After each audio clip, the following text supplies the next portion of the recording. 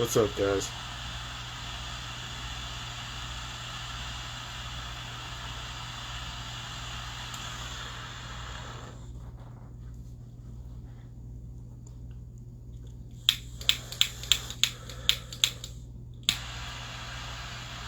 One second. We'll get the homie Mac in here and get this rolling. Huge thanks to everybody that tunes in on these, man. These have been a lot of fun for us, and I feel like we're getting better and better at them. I feel like each one of these we've done each week has been a little bit better than the last week. And yeah, I appreciate you guys tuning in and hopping in and out. Sometimes people do it for a little while. Sometimes people stick for the whole show. And, we definitely appreciate it.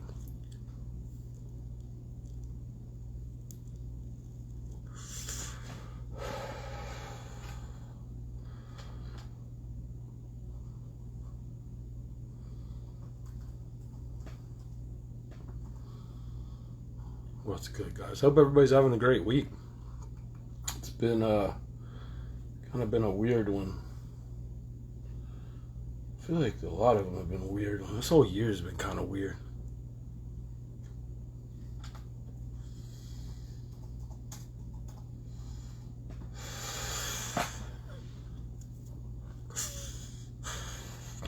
If anybody has any questions before Mac pops in, welcome to throw them up.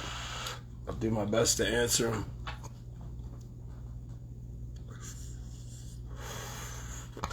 Otherwise, I'm going to smoke this big joint and calm out. I've had a long day. There he is.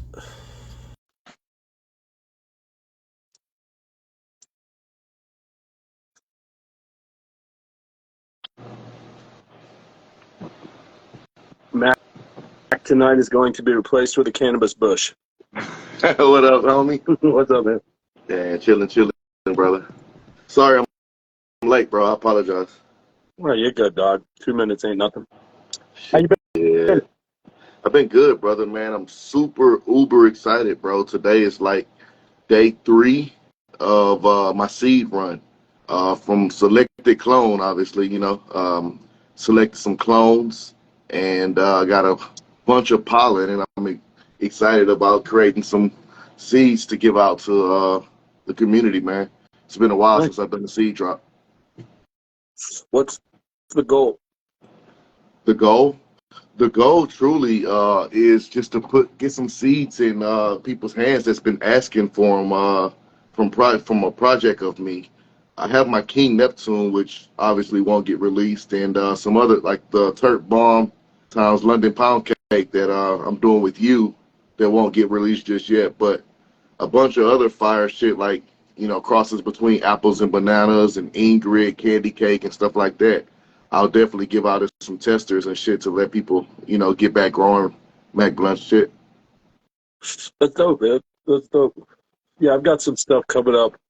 Like I said, at this point, man, I'm kind of shooting this before the end of the year. But a bunch of kind of gas, chem, I keep joking, some pooping strains in there. It was kind of like I kind of take a look at what I've got on the site and like what I've got available, what I don't, and I try to keep. I always say I try to keep something for everybody, so it doesn't really matter what you're into. Like I try to keep a little bit, some gassy stuff, some chem stuff, some fruity stuff. That's kind of tough because that kind of stuff, tastes change. Like, 1 year everybody's smoking nothing but citrus, and now it's like you almost can't give citrus strains away. It's like there were so many through, a couple years there that I think so many people just burned out on citrus as a flavor in general. You know what, man? Truth be told, man, I think the citrus is making a comeback, especially for me, man.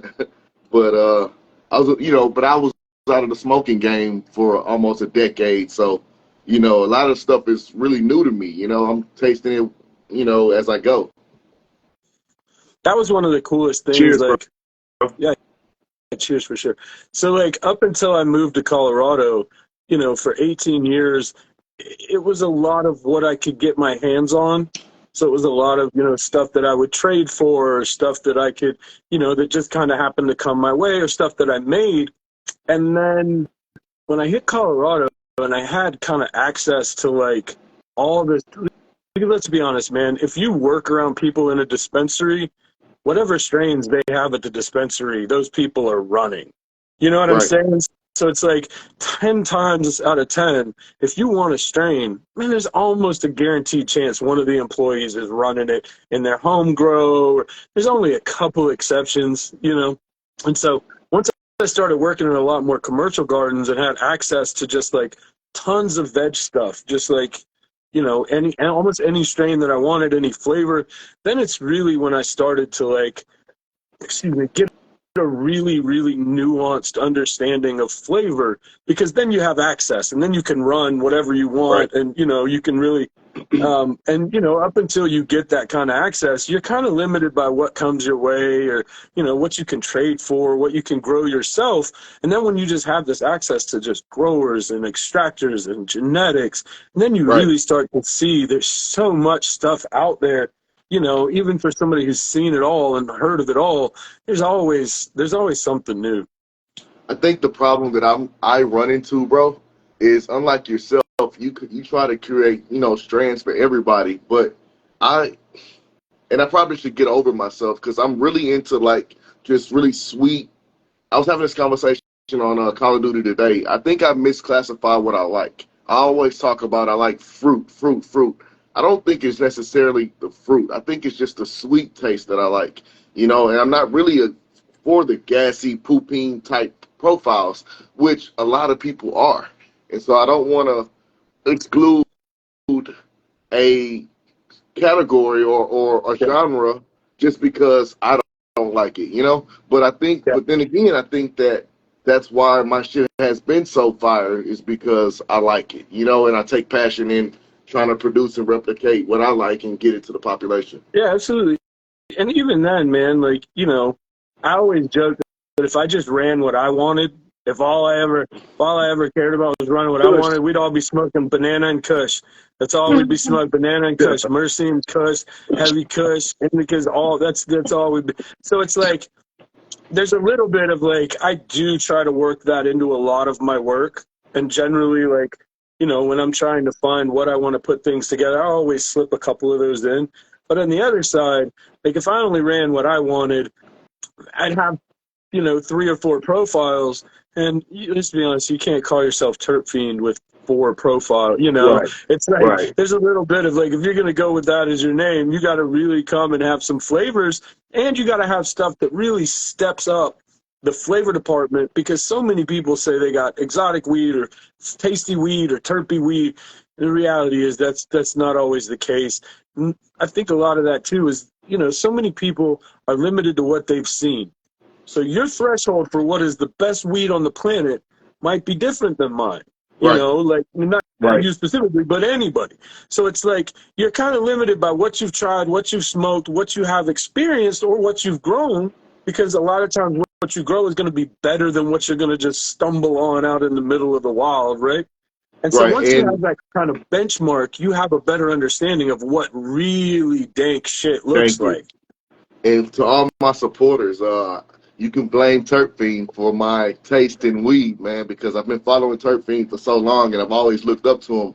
You know, I've told you that, Nate, Nick, a bunch of times. You know what I mean? Like, you know, I've always looked up to you. So Turk Fiend is the reason why I love cushy, berry, sweet type of, you know, tastes with the little afterburn a little bit, you know, but yeah, blame Turping guys for why I don't have any pooping. Because when I first started following Turping, like about 5, 6 years ago, maybe a little longer than that, I think it was his wedding cake cross White that cherry drop. buddy cake. White, yeah, White cherry white buddy cherry. cake.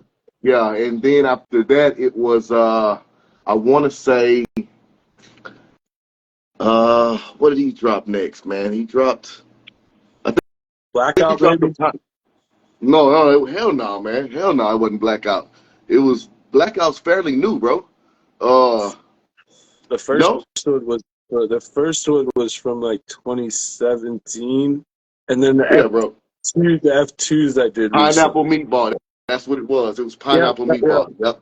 Yep. And then And man, this motherfucker don't miss, bro. I was grabbing all of your shit, bro. Granted, a lot of stuff I didn't physically purchase because, you and I kind of got a relationship. He's like, hey, man, don't worry about it. I'll send it to you.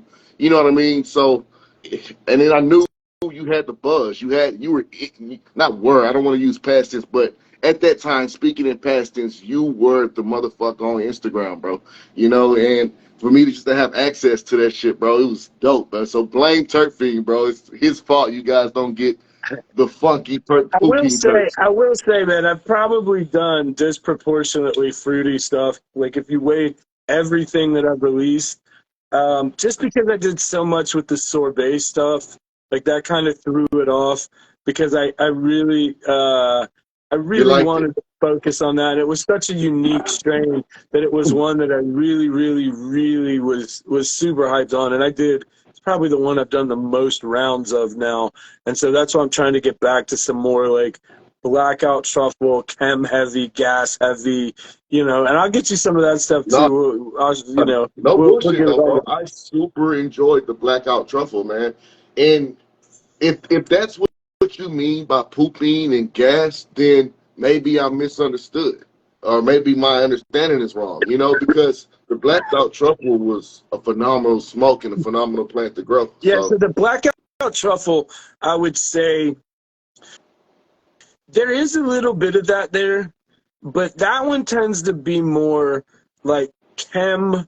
And when I say chem, that's another one that like a lot of people, if you haven't experienced the right, chem strains, for a lot of people, they think chemical.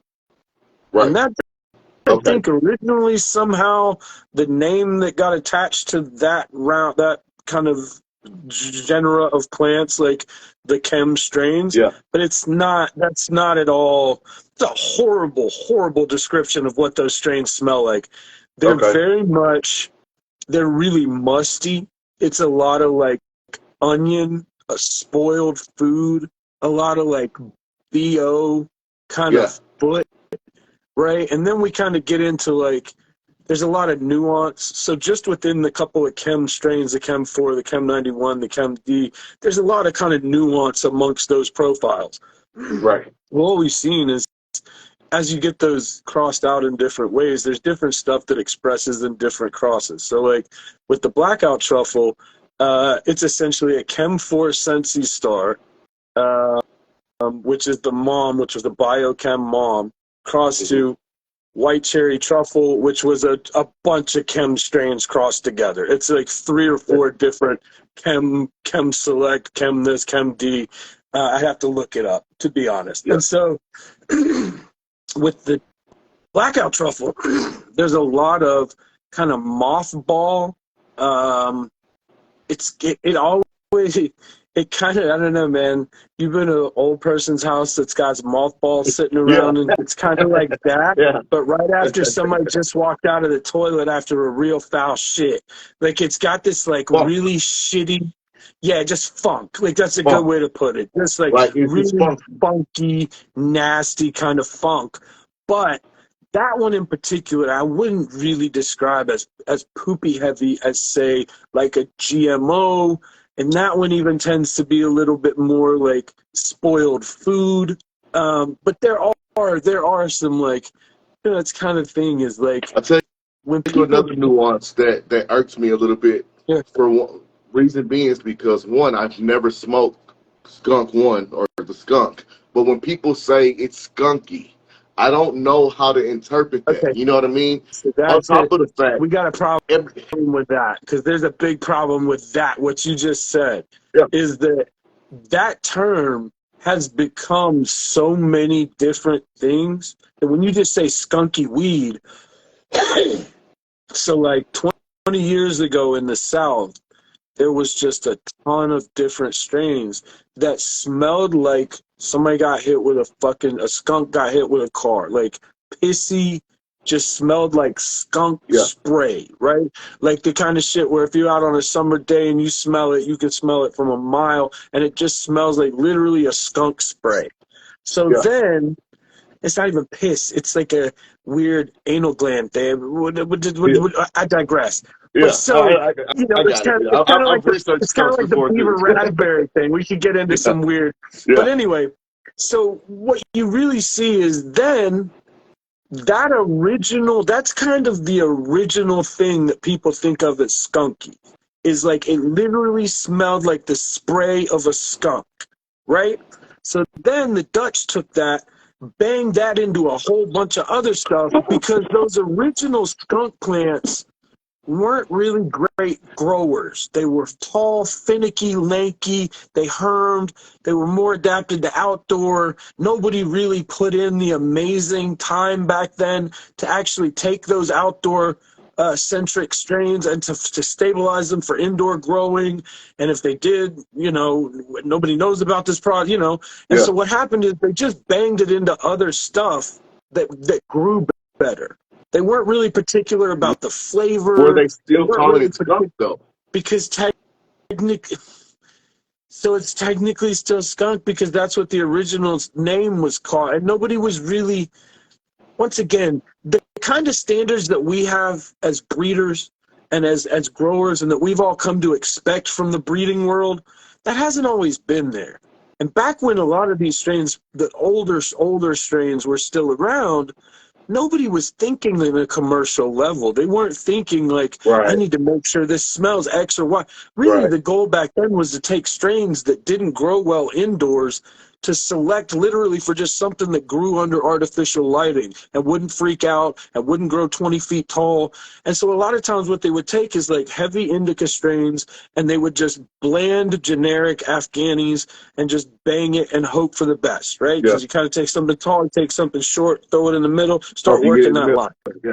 Hope you So land in the what middle. ended up happening is that instead of always selecting for skunky plants, they were selecting for just plants that grew, a particular way, that could grow well indoors, that were easy to grow, that finished in, it's 8 weeks, 10 weeks. Hmm. There was a lot of other variables. So it's not been until the last 15 years maybe that we started to really take breeding for flavor seriously. Yeah, So it's like back because they were then, it back was then they more were about growing for maybe size and speed and stealth. Because you had really, to. and to be able to grow under artificial light. We take that for granted today, but the strains in the 60s and the 70s and the 80s even were not strains that were bred to grow under fake lighting.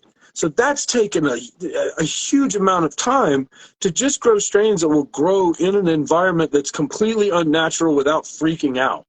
And Right. like I said, that finish in a relative height, that finish in a relative time frame.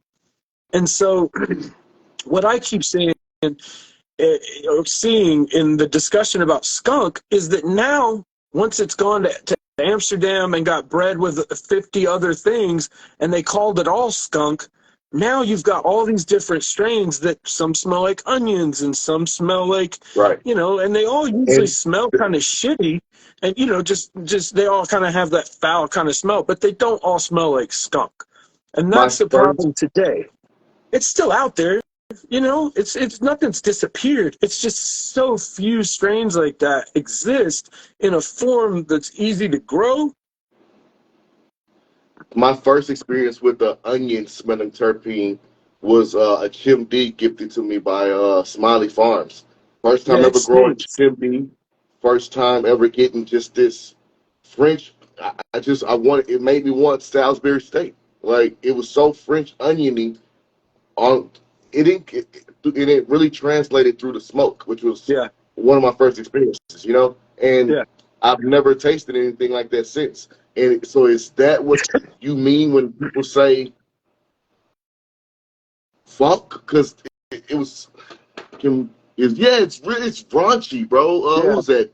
B Downtown Genetics. Yeah, it's just that's a perfect word for it. It's funky. raunchy and Yeah, it's offensive. just so like I came up with the word poopines because I thought it was kind of a funny little word that sits It's next raunchy. to terpenes. It's not a Yeah. real thing, but No, for it's sure. kind of a broad term that I use to describe all of the shit that ain't fruity and linalool and floral and all of the stuff that you smell and you go, then that kind of stinks. Yeah. You know, and it's like that can encompass so much different stuff, from like your literal strains that smell like shit to strains that smell like skunk to stuff that smells like onions to stuff that smells like old trash. Like I have a I uh, I think it should be branded, bro. I love the term. I love where your head was with it, and I can see pooping on a terpene chart. When like on the cool, I've just accepted yeah, it as a term on the yeah. cool.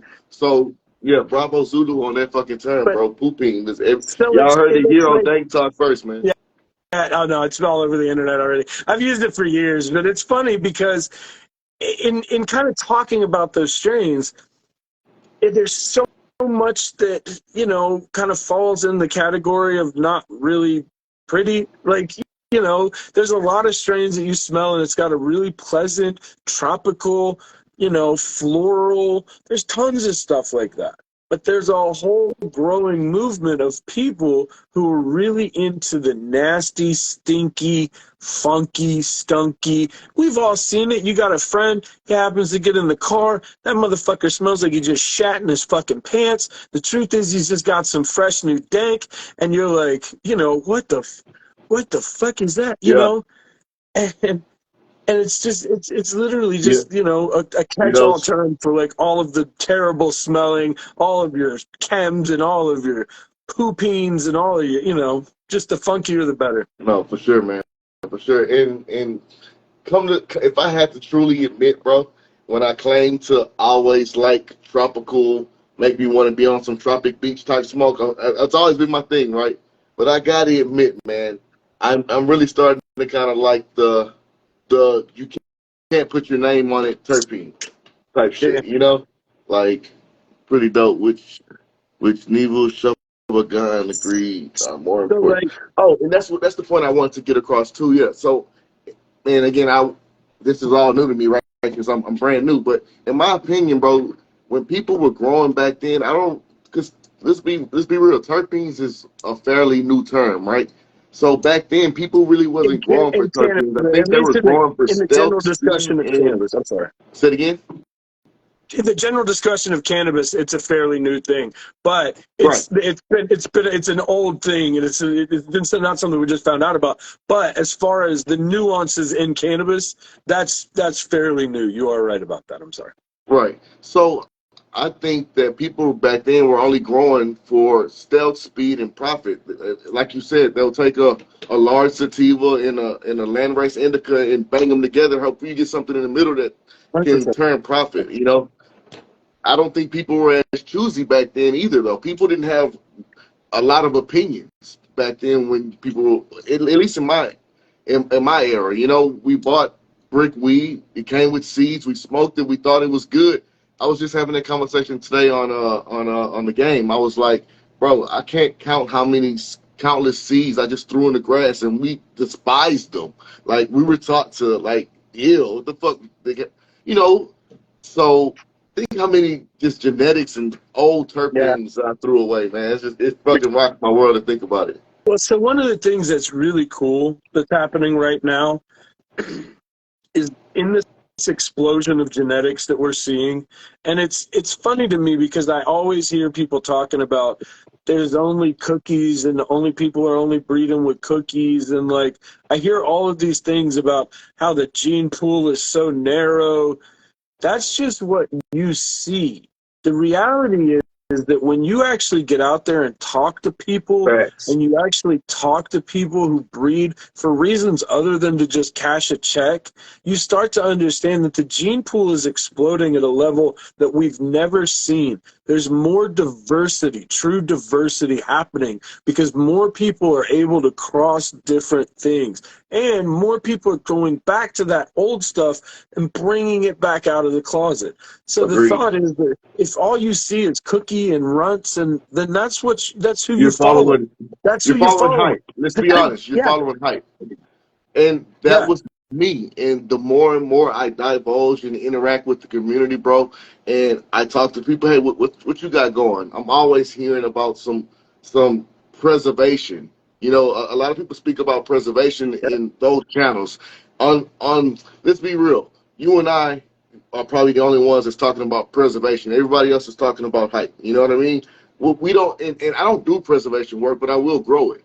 You know what I mean? But yeah, man, the gene pool is not closed if you don't want it to be, because again, people Yeah, are I think what you see, preserving shit. man, it's like if you only see, if you're only following the hype and the Right, top 4 or 5 right, biggest breeders, then of course that's what you're seeing. right, Because those people got to be the biggest by hyping shit up, by using what was hot. They'll easily take something that somebody else did, throw a fem on it, and just sell the shit out of it. right, Like there's a certain amount of, if all you see is hype and cookies, that tells me that's all you follow and all you're interested in. right, Because that's not all there is out there. There's right. tons of breeders that are working with different stuff that's Agreed. unique and that's off the wall. And now we're starting to see a much bigger group of customers who want that, who are willing to run stuff that's maybe not the hype, that's maybe not, just a name, that's not the same 4 or 5 crosses. There's a bigger group of people that are like, you know what, I'm going to give this a shot because I'm seeing something here that I've never seen before. It's different, it's unique, and there's tons of breeders that are doing that. There's tons of breeders that are focusing on things that aren't just cookies and runts and, the same old shit. But So at the same that's time, that's who you need to be supporting. If that's what you want to see is creative. something other than the same old, that's who you need to be giving your money to. That's who you need to Agreed. be buying with. That's who you need to be growing. Because that's how you support smaller breeders who focus on things that are different than the status quo. When I see someone's genetics, and it has old world stuff in it, it perks my ears up because now I want to know, what were you looking for? If it was an accident, then so be it. But if you purposely were sought out some old world strains, for instance, I guess I shouldn't tell this cross, but I don't know. He has a skunk and a land race that he's putting together and working for something. And I told him, and I don't think he's even one of the biggest growers. He has a podcast and everything, but I said, man, you know what? That perked my ears up. I want to see what that. No, I'm sorry. It was a haze and a skunk Mhm. that he put together, particular haze, and I want to follow that to see where it goes because it really intrigued me. Well, see, this kind of goes back to what we were just talking about. So I see this all the time on the internet, right? I got my dad's stash of seeds. We're about to bring back the X, Y, and Z because Yeah, nobody else has got it, right? This is how these projects go every single time. If you really have seeds that are older than 10 years old, the chances that they germinate with a reasonable expectation of numbers that you can do selections of are slim to none. If you get plants, let's say you get a couple of seedlings, most of what you're talking about from the old school is stuff that either wasn't stabilized, that wasn't, necessarily bred for indoor growing. If it was, there's not a really diverse line of terpenes there. So it's like, if you remember back in even the 90s, early 2000s, there was only a handful of words that we had to describe weed. It was either piney, or it was gassy, skunky. It was 3 or 4 things. Now, if you really sit down with some of these modern strains, it's hard to describe exactly what you're tasting. Some of them are so complex and so unique that it's like, it's really tough to describe everything that you're tasting. We're coming up with new words to use just casually so we can describe it. right. I'll tell you this though. I think it can. If a person has a pack of 15, 20-year-old seeds, and they manage to get one to pop, I'm not saying it can't be done, but it's going to take some work because in that one that you popped, you do have the genealogy of that plant in there, but you're going to have to go look for it. Like it's not going to be easy if you pop 10-year-old seeds because again, like you said, they weren't selective breeding back then, especially with open pollination. It was what you got is what you got. You know what I mean? So you're going to have to go hunt for that. And then If, talking about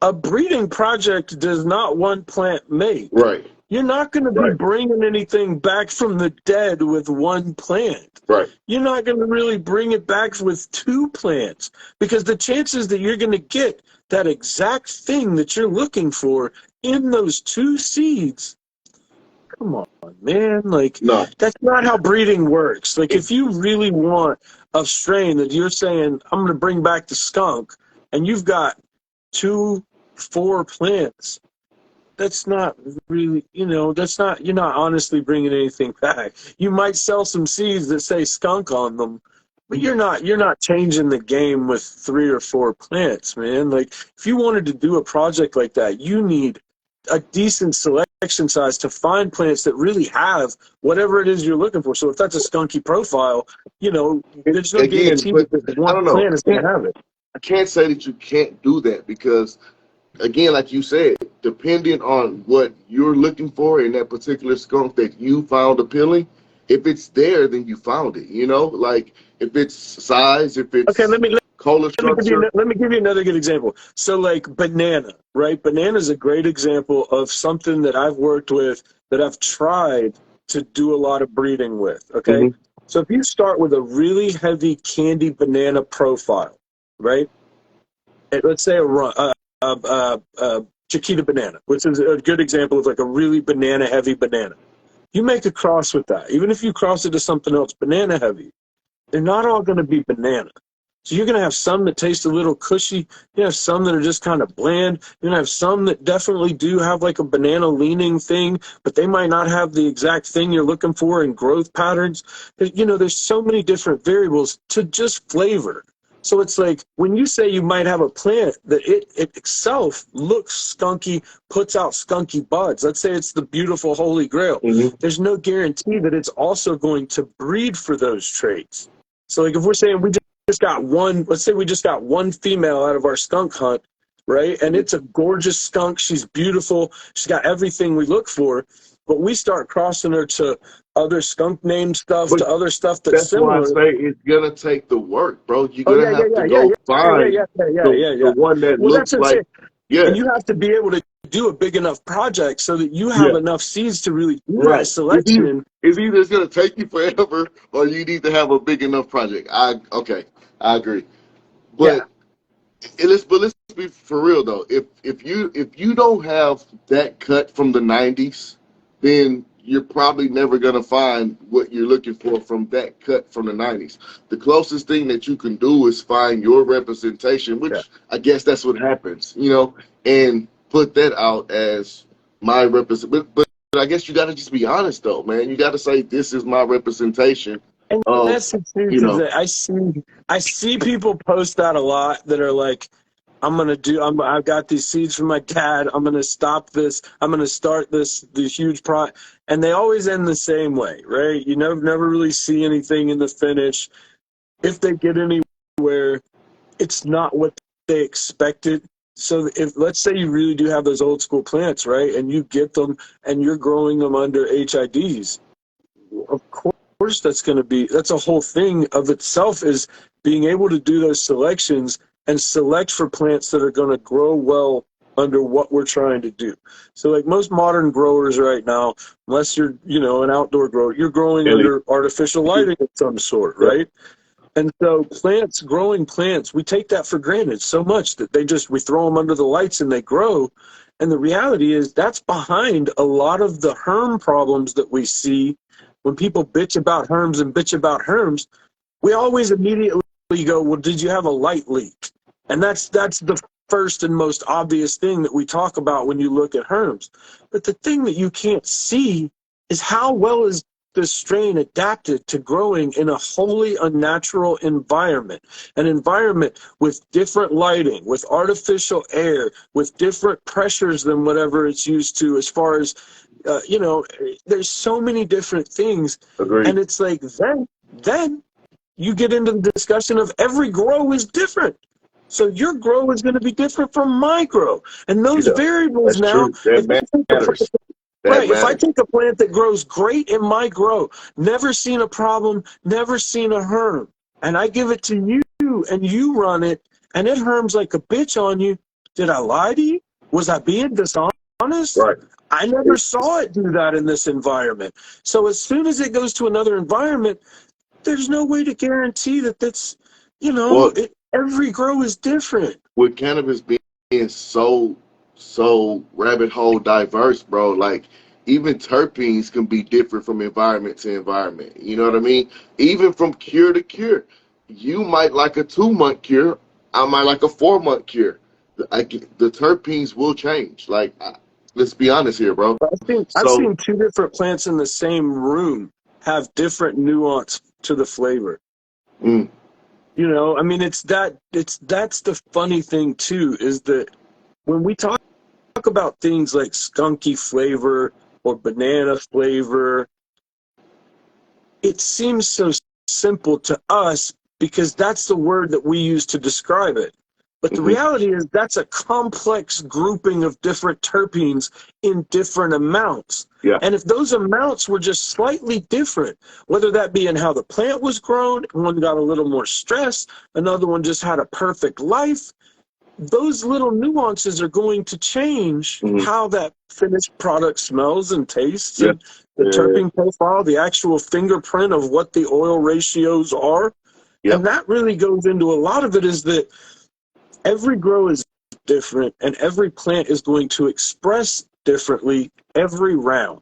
Even a clone grown in different grows with slightly different variations is going to taste differently, smell differently, look differently, and and how it let's be finishes. honest, man. Unless you're testing, you know, that's the only way you're truly gonna know the terpenes, right?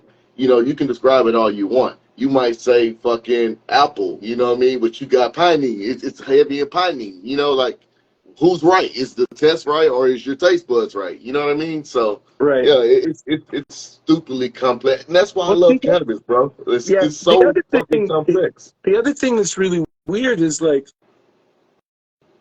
you only understand the flavors that you can describe.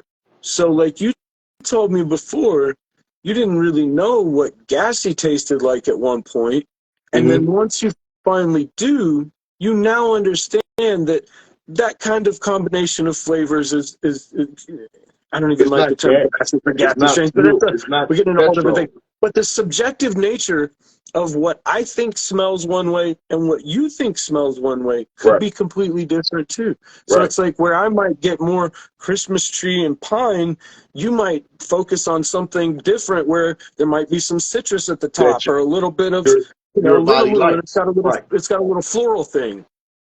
Correct. I totally agree, man. It's kind of like what Rasta Jeff always says, man. The nose always knows, right? Like, I might there might be, like you said, a particular terpene that comes off of that bud that hits my smelling receptacles, and that's prominent to me. Versus, you might have a favorite like myrcene. You probably smell myrcene better than anybody in the world. Like, if some myrcene runs across your nose, it's gonna do the little cartoon with that. You know what I mean? So, and again, I gotta say, man, cannabis is so complex, and I see why they hate it so much, bro. Because we have almost an hour conversation on just a plant, bro, and we do it every week, and it's so different, man. It's just Yeah. just because of the diversity of that plant, bro. So, like, It's let's crazy, man. talk about this. We could take the whole same discussion we just had, right? Hmm. We established some pretty easy things there. Now, let's discuss how you harvest it. Let's discuss what your finished product is. So if you're making diamonds and BHO, what your finished product looks like, and what somebody who finishes that as flour, what those profiles look like. Hmm. You're talking about two completely different ends of the world. That's So it's crazy. like there's so much subjective difference, even in just the product you're smoking.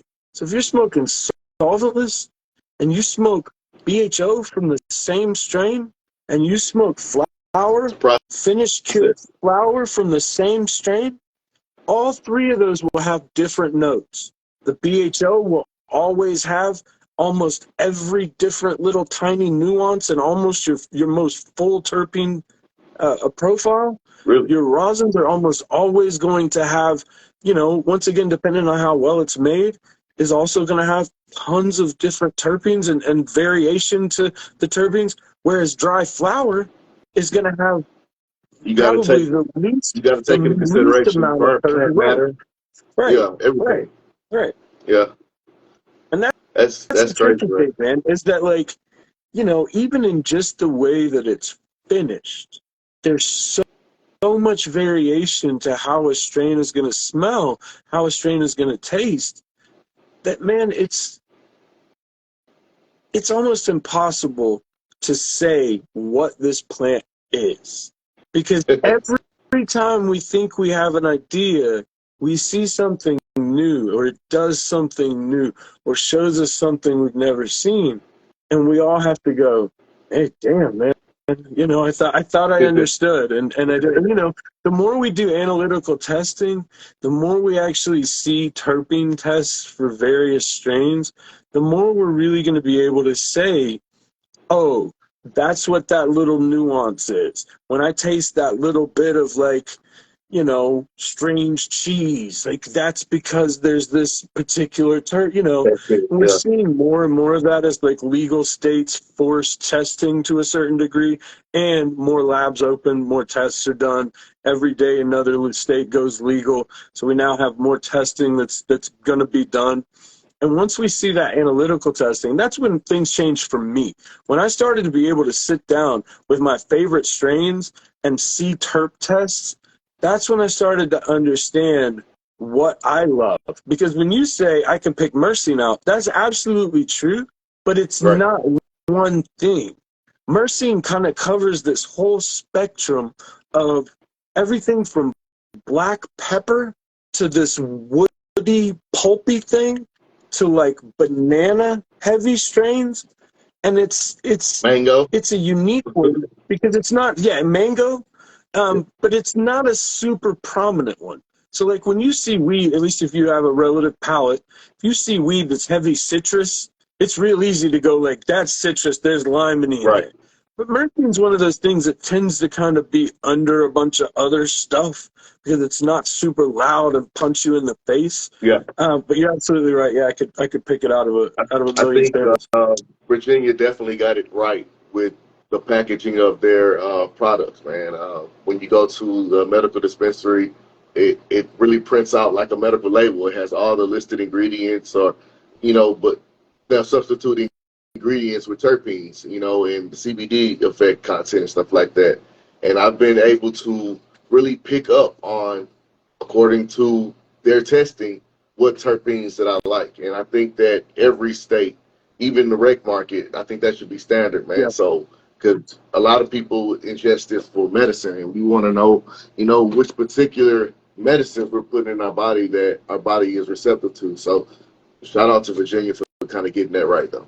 And that's the thing, man, is that it varies so much from plant to plant that if you just give me a test that you did once for that strain, that's not going to be the same exact terpene ratios that are in every single time you grow that plant. And that's why that's one of those things where it's super interesting to be able to see individual strains over a period of time as they've been grown by the same growers, and then they can tell you, like, that was our best run with it. That's the most broad terpene profile. That's the true representation of, like, what we expect out of that strain.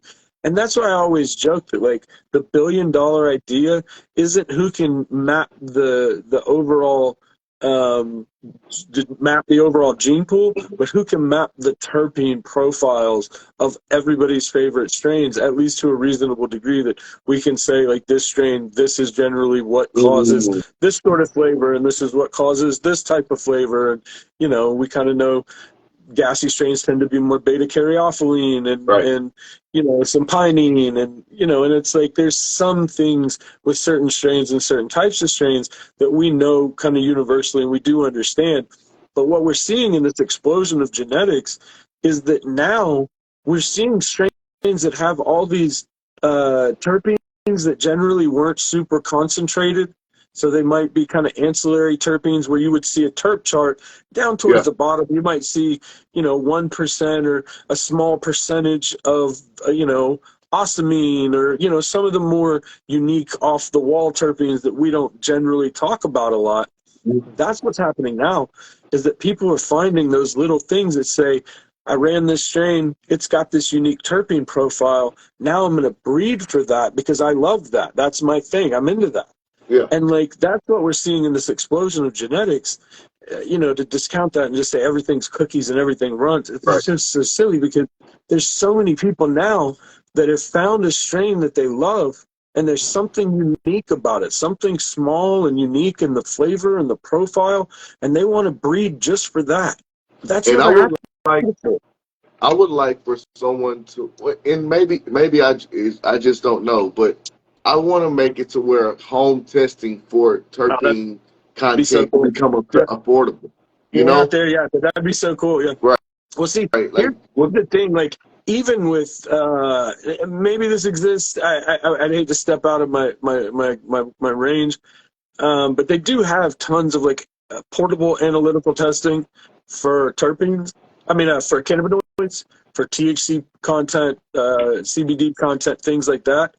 Um, For the I, everyday grower? what's that? For the everyday grower? No, no, no, no, no, no, no, no. Oh, okay, No, okay. no, I no. was like, bro, You're that's talking where I about, want to I get to. think the last that I saw, they were thousands. I mean, you're in the thousands of dollars for something like that. Right. Maybe I'm wrong. I know there was something coming out at one point that was supposed to be super revolutionary and small and portable and cheap. And, I don't keep up with it tons. It's like, I don't really, the first few units that I saw of that kind were super inaccurate, and I've been told that's changed drastically over the last few years, that there are portable units that are very within a percentage point accurate. And if that's the case, man, that's amazing. But as far as terpene testing, I don't even know if there's a portable terpene unit. If there is, it's not something that I think is affordable for, even an Right. everyday grower. Forget like, anybody can buy one. I think that's it can only help the Oh yeah, process of growing cannabis become easier, better, and more streamlined to what you're looking for yeah, in the quest to create better medicine. You know what I mean? yeah, Like maybe I should research it, right? Since that's what I want. That's how great inventions come yeah, up, man. You think yeah. about, man, I want something I can test my shit at home and okay, well this is heavy in X, Y, and Z terpene. Hey, breed it again, look for it. Wow, there it is again. Okay, like Well, we get back to what I always tell people too, man. If you're one of those people that feels like the entire industry is bottleneck and it's all just cookies and runts crosses and modern genetics is garbage, what you should be doing is breeding the opposite of that. You need to go start a breeding program, and you need to breed what you think the market is missing. Because if you genuinely love something and you don't feel like it's being represented enough, the best way to change that is to produce more of it yourself. yeah, And I see that all the time of people who I don't think are necessarily breeders. I'm going to take a quick shot because I did see somebody in the last couple of weeks that I consider to be a big breeder saying this kind of thing. And sometimes I feel like breeders say that as just sour grapes because people aren't buying whatever it is that they made or that they're selling. So hmm they just go, oh, the only thing people buy is cookies and hype. And it's like, well, no, that's not really true. But the reality is, if you don't think that something's out there, if you think somebody's slacking by not breeding enough land races or enough bubblegum strains or enough unique flavors, go do it yourself. man, Be part of the solution. man, I tell you what, man, you definitely onto something with. I don't think that bubblegum gets enough representation, bro. And honestly, in one of my projects, that's what I'm trying to bring back, man. Some bubblegum shit that people be like, yes, this tastes like bubblegum. Strawberry And I, banana. Strawberry banana. So like the everybody quit calling it bubblegum now. It's just strawberry banana. The straw cut is actually, if I'm not mistaken, the strawberry banana from Crockett is actually some sort of a bubble gum. But it wasn't until I realized that I realized like that's what that flavor is. But like if you call it strawberry banana, it kind of tastes like that too, you know, because it's not really specific to either one. Bubblegum's kind of a vague term, you know. But So like, yeah, that's another one that no, like there's no some bullshit. My bubblegum cut in of that bubblegum moss, like you get pink bubblegum, one. you know, and I, I ran the Indiana bubblegum in the 90s. It was oh, amazing. Smelled what just was like it called? bubblegum. It was the Indiana cut of bubblegum, like the Mm-hmm. Indiana cut of bubblegum. But we used to also have a juicy fruit back in the day that would just smelled and tasted just like juicy fruit Bro, gum. And I've had a man, couple that were really close to like Fruit Stripes gum. I've had a couple of strains that tasted really close to like Fruit Stripes gum too. But yeah, I mean that's where most of the I bubblegum stuff always is. talk about. Yeah, I'm so glad you mentioned juicy fruit because I always talk about me not being able to smoke and being out the loop back in the early '90s and 2000s, right? But juicy fruit is a strand that I got to taste, man, back in the day, and I haven't tasted anything like it since. It was more on the darker side of. It wasn't purple. It was the old school dark looking weed. You know what I mean? Like, dude, that brought back some memories, man. That and the first time on my birthday, I smoked AK-47 for the first time, and it floored me, bro. I remember being so stoned on my. It was my 19th birthday, and I was going to TSU, and fuck, man, we were supposed to go out, bro, and then like me and the homies, we all just passed out on the couch, shit, man. Those were the days, bro. But I'll tell you a funny AK-47 story. We got just a couple minutes.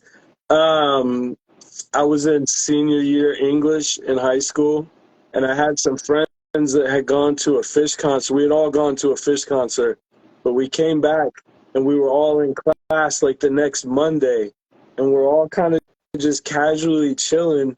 And one of the homies opens up a little nug jar of weed in class, and this Yeah. ain't like a casual. The whole room just stunk Somebody got it immediately. in here. Now look, the teacher was one of the few teachers in the class in the school that was he was an old school nom vet.